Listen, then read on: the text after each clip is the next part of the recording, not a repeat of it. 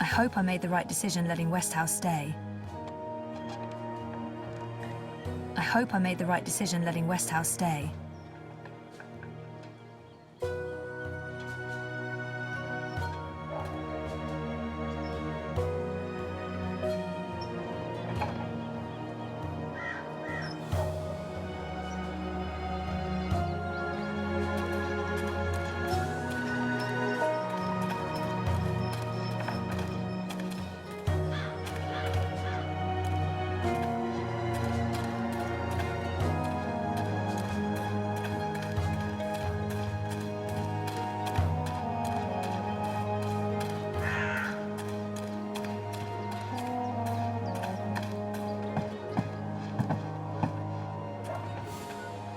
The city feels all wrong without magicals around.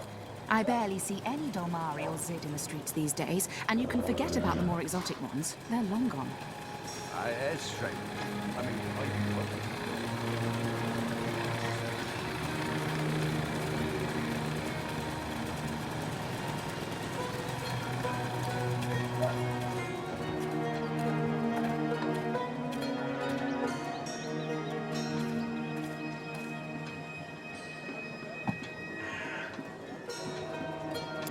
Roper Clacks, I presume.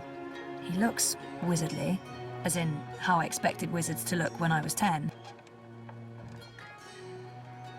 I should probably go talk to Mr. Clacks before his next show begins. If you seek an autograph, you must purchase my book first. It's on sale today, only... No, sorry. I need to talk to you. Talk, hmm? Well, I only have a few minutes before my show begins, but I'm sure I can spare a couple of them for a pretty young thing like you.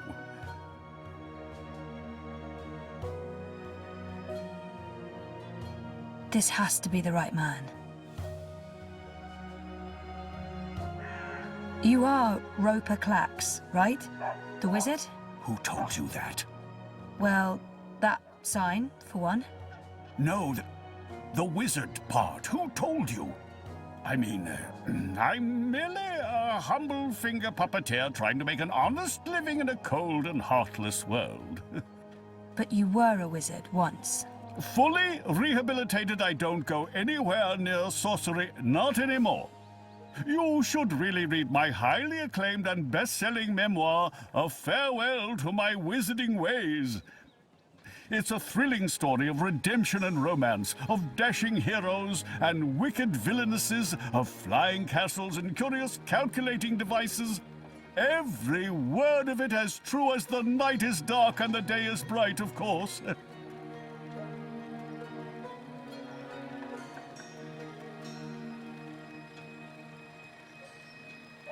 It's an odd name for a children's puppet show. The Fingerlings. Ah, my beloved finger puppets, beloved by all, children and critics alike. Gilbert Grotton of the Daily Mercurian called my show simply astonishing and wrote that it was quite impossible to look away. I couldn't believe my eyes and like a slow-motion cart wreck. You see, the Fingerlings represent a revolution in finger puppeteering, or as I call it, fingering, trademark and patent pending. The women in particular are quite ecstatic about it. Stay for the show. I guarantee a good time. Didn't he and April have some sort of confrontation? Do you remember April Ryan? April Ryan? Oh, yes, of course, absolutely, certainly, naturally. The bitch... The brave young woman who came to my castle and stole it, and helped me put my sorceress past behind me. How could I possibly forget? I might as well get right to it, seeing as his show is about to begin. Do you recall owning a soul stone? A soul stone? I don't know what you're talking about. I was just wondering, since there are so many impressive tales about your powers where I come from. And where would that be? That was a long time ago. In another life. I've moved on. I'm a different person now in every way. I was just wondering what happened to the stone. She took it, that bitch. Balance? Pardon me? I don't know where that came from. Who? Yaga, the wicked witch of the north, as these simpletons call her. As if they have any idea who and what she truly is. She lurks in Riverwood in the dark places. She feeds on that stone like a... Like I said, that's in the past, and I've left it all behind long ago.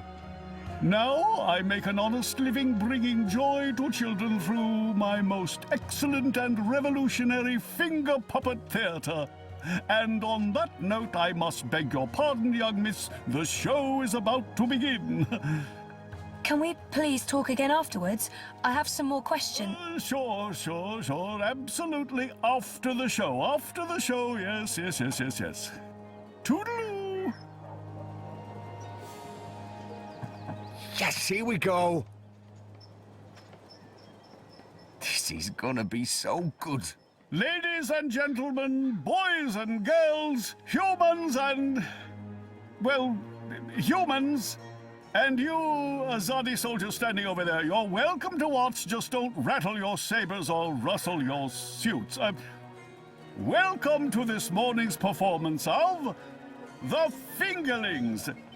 I am your host and puppeteer, Rupert Clax, esteemed thespian and raconteur, author and entrepreneur. My book is available for purchase with a free personalized dedication. Speak to me after the show. A donation is both appreciated and expected.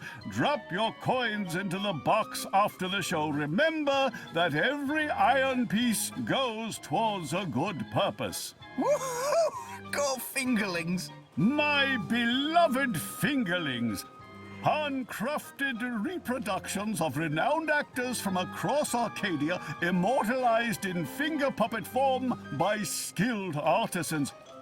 Using only the finest fabrics and natural materials, these lovely creatures are as dear to me as children, and as talented and protean as the finest human players. You're all welcome to approach the stage after the show, of course, to admire my finely crafted miniatures up close and intimately. No food, no touching, no children. And now, beloved audience, prepare yourselves for a journey into mystery, for a true story of wizardry and magic. I present to you the tale of the good-hearted wizard and the villainous winch. Once upon a time, in the distant north, there lived a kindly old wizard in a wonderful flying castle. This very friendly wizard liked to tease and toy with the people of the land, and sometimes he would do silly things like turn them into stone or furry animals and bottle up the wind. Naturally, he meant no harm, and the people of the land loved the wizard like they would a grandfather, a very young and very handsome grandfather. But one day, an evil sorceress from a distant land came to visit the kindly wizard. This ugly, selfish witch didn't understand that the wizard was only trying to make people happy. She used her dark sorcery to steal all of his possessions and trap him inside a tiny little box where the gentle wizard was barely able to breathe. The poor old man was trapped for many moons inside this box before a benevolent wandering god arrived to free him from his prison. The wizard pledged eternal allegiance to the wandering god in return for vengeance against the cruel witch who trapped him. Together they... There he is, Commander. The dangerous loon who's corrupting our youth with his occult finger rings. What? What's this? What are you doing? What's going on? You can't... Hey! Hey, hands off! You're teaching children of magic, old man. You ought to know better. Release me, you dishonorable brute! By the authority vested in me by the Greater Azadi Empire and the Emissary, and in accordance with provisional imperial law prohibiting any and all teachings of occult magic, I'm taking you into custody. You can't do this! You don't know who I am! Tell it to the magistrate, wizard. My fingerlings! My precious handcrafted fingerlings! No! I cannot believe that they arrested him. What a travesty.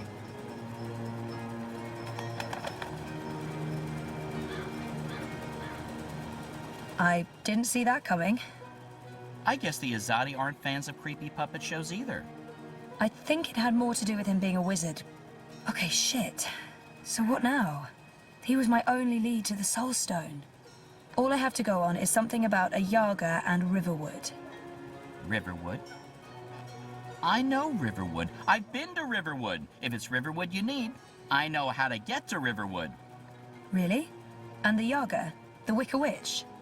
I don't know anything about Yagas, but I do know something about witches in Riverwood. On my last trip there, we had a close encounter with one of them.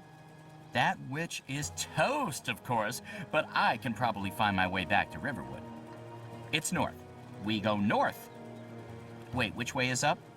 Yeah, north. Okay. Okay. That's something, right? Much better than nothing. We just need a way to get north that doesn't involve me walking all the way. Or me flying. I'm not flying all that way. I tire easily. Wait. I feel a cunning plan coming on. Follow me, Zoe. Uh-oh. It's either a cunning plan, or I need the toilet. But I'm pretty sure it's a cunning plan.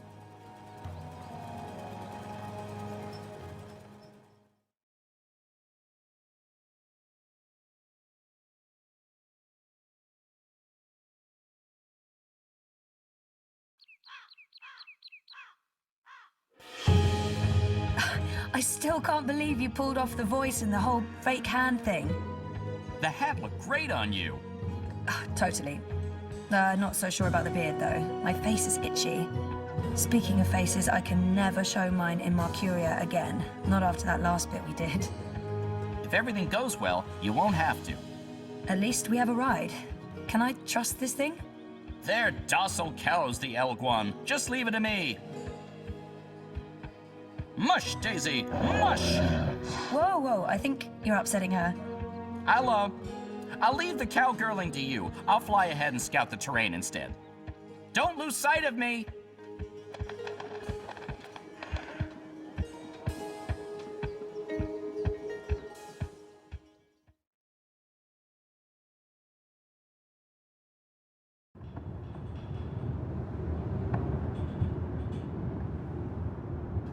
How much longer will this journey take?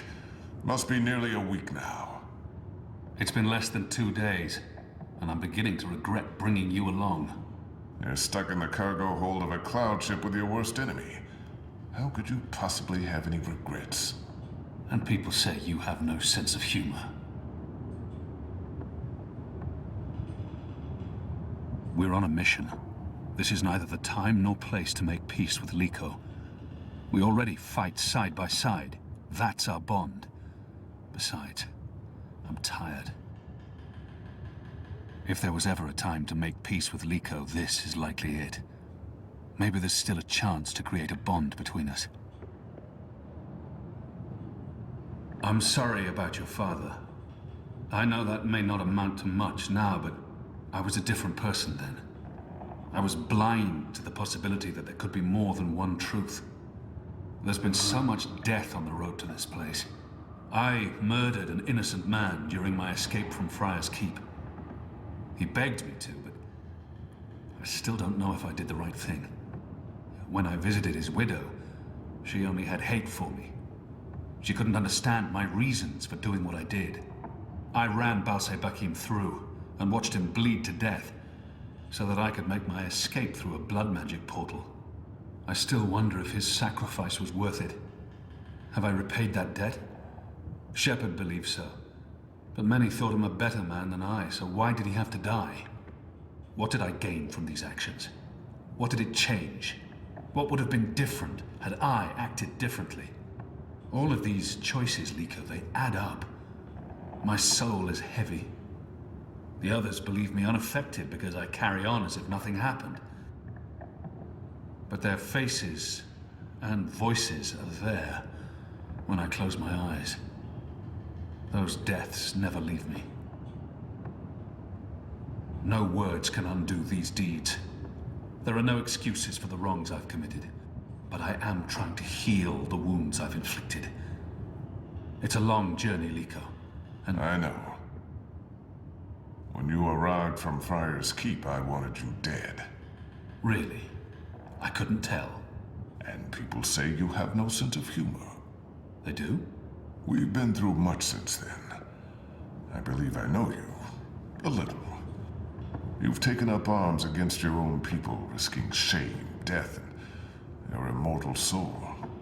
Because you believe they're misguided. It cannot be easy being hated and feared by both sides. I may still despise you because you murdered my father. I may still dislike you because you're an arrogant and intolerant shit. But I respect you, Kian. And I trust you.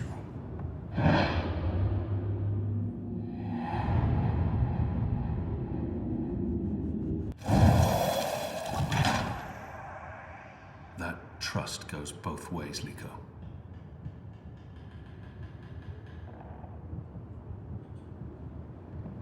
Well, I'm taking a nap. This half of the hold is mine. Stick to your side, or I may stab you in my sleep. Don't worry. I've no intention of cuddling up next to you.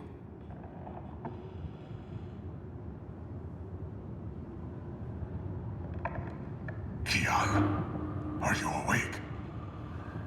I wasn't. This has now changed. Did I ever tell you how my society views people like us?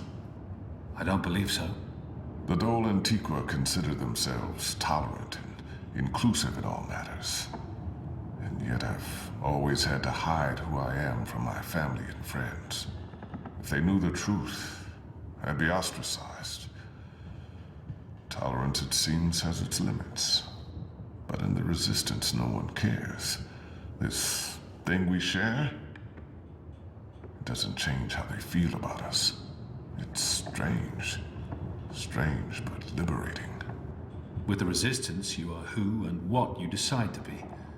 Regardless of color and creed, gender and religion, and... I thought you loved April Ryan. I did. I do, but... not like that. She was someone I cared deeply about and always will. But I could never have shared my life with her. I still miss her every day. She gave me strength. Nah, I'm going back to sleep. We have a long day ahead of us tomorrow. A day of sitting in the dark, bickering about who passed gas? Like I said, a long day.